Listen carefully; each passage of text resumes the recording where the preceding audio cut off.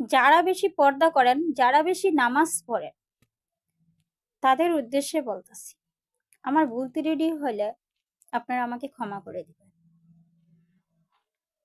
তারপরে কথাটা আমার বলতে হয়, আমি চলার পথে, মানুষের সাথে চলার পথে, বাছার পথে কিছু কিছু মানুষের কিছু ভুল পাই। যারা বেশি পর্দা করে, যারা বেশি নামাজ পড়ে, তাদের মধ্যে এই ভুলটা পাই। যারা বেশি পর্দা করে নামাজ পড়ে, তারা মানুষের কান কথা শুনে বেশি। মানুষ মিথ্যা কোক হাসা কোক সেটা ওরা বিশ্বাস করে, এবং এই বিশ্বাসটা আপনারা করবেন না। আর এটা বিশ্বাস করে তারাও কি মিথ্যা কথা বলে। আপনারা যদি মানুষের আউলে, মানুষের নামে বদলাম কোন, কান কথা শুনেন, মিথ্যা কথা বলেন, গিরিঙ্গি লাগান, তাহলে আপনাদের নামাজ আর পর্দার কোনো মূল্য থাকবে না। আল্লাহ বলছে ইমান কাকে বলে জানেন? ইমান তাকেই বলে যেই ব্যক্তি মানুষের আউলে কোনো বদলাম করবে না, মানুষের আউলে কারো বদলাম বানায়, হাসামিসা বানায় গিবত করবে না, সমালোচনা করবে না, এটাকে বলা হইতাছে ইমান। আপনারা এই কাজটা ঠিক রাইখা তারপর আপনারা 5 ওয়াক্ত নামাজ পড়েন, আল্লাহকে ডাকেন, পর্দা করেন। আর আপনারা যদি সারাদিন পর্দা করেন, নামাজ পড়েন, আল্লাহকে ডাকেন, ডাইকা যদি আপনারা গিরিঙ্গি করেন, মানুষের নামে মিথ্যা কথা, কুটনামি, চুগলখড়ি করেন, এমনকি মানুষকে অশান্তি করেন, কারো ভালো দেখতে পারেন না, তাহলে কিন্তু আপনাদের নামাজ, পর্দা কোনো কিছুই কাজে লাগবে না।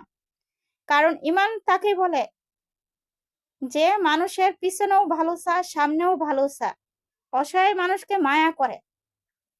ইমান তাকেই বলে যে মানুষের বিপদে ঝাঁপায় পড়ে। ইমান তাকেই বলে যে মানুষকে ভালোবাসে, কোনো মানুষের বদনাম করে না।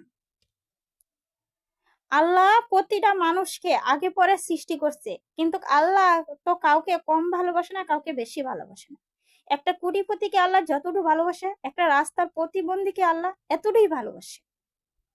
হয়তোবা তফাৎ এইটুকু, একটা কোটিপতি আর একটা রাস্তার প্রতিবন্ধী, এটুকুই তফাৎ। কিন্তু এরকম আপনারাও যে মানুষ নিজের মানুষকে যেভাবে ভালোবাসবেন, অপর মানুষকে ঠিক সেভাবে ভালোবাসবেন, যেভাবে আল্লাহ আমাদেরকে ভালোবাসে। তারপর আপনারা 5 ওয়াক্ত নামাজ পড়েন আর পর্দা করেন, সেই পর্দা কাজে লাগবে, নাইলে কোনো নামাজ আর পর্দা কাজে লাগবে না। আগে ইমান, আমল, তারপর নামাজ আর পর্দা। যে নামাজ পড়লে ইমানদারি হইলাম, পর্দা করলে ইমানদারি হলাম, সেটা ভুল ধারণা। নামাজ আর পর্দার আসল রহস্য হচ্ছে এইটাই, যে আপনি কুটনামি, বেইমানি ছাড়েন। বেইমানি, কুটনামি যার মাঝে থাকে সে কখনো ইমানদারি হয় না, যতই নামাজ পড়ুক আর যতই পর্দা করুক। আমার কথায় ভুল হলে আপনারা ক্ষমা করে দিবেন। আসলে কি কিছু কিছু মানুষের কথা শুনে না এই ভিডিওগুলো আমি বানাই। আর আর আমার জীবন কাহিনী দিয়ে যে ভিডিওটি বানাইছি, আমার ভাই বোন দিয়া, এইগুলা কথা সবই সত্যি। আপনারা দোয়া করবেন আমি যেন আমার ভাই বোনদের বিচার পাই।